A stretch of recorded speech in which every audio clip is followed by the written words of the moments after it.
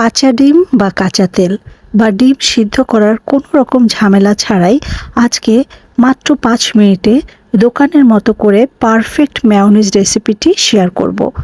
চুলায় কড়াই বসিয়ে দিলাম, এর মধ্যে 4 টেবিল চামচ সয়াবিন তেল দিয়েছি।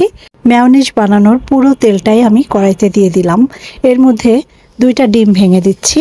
2টা ডিমের জন্য 3 আঙ্গুলের 1 চিমটি করে 2 চিমটি লবণ দিয়ে দিলাম। একটু নাড়াচাড়া করে নিচ্ছি, জাস্ট ডিমটা একটু শক্ত হওয়ার জন্য। মাত্র 30 সেকেন্ডস।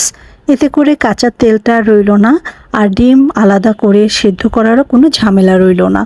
ব্যাস হয়ে গেল। 30 সেকেন্ডস পরেই চুলাটা বন্ধ করে দিলাম।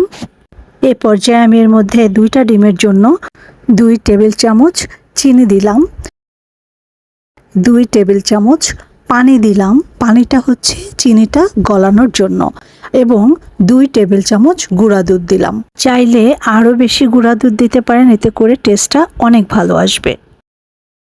বন্ধুরা, অবশ্যই পানিটা অ্যাড করবেন, তা না হলে চিনিটা কিন্তু গলবে না এবং এটার থিকনেসও ভালো আসবে না। এবার আমি সবগুলো উপকরণ ব্লেন্ডারের মধ্যে দিয়ে 3 থেকে 4 বার প্রেস করে করে এটা ব্লেন্ড করে নিলাম। দেখুন কি চমৎকার হয়েছে, একদম থিকনেসটা দেখেন, দোকানের মতো পারফেক্ট হয়েছে। আর এইটার টেস্ট অসাধারণ।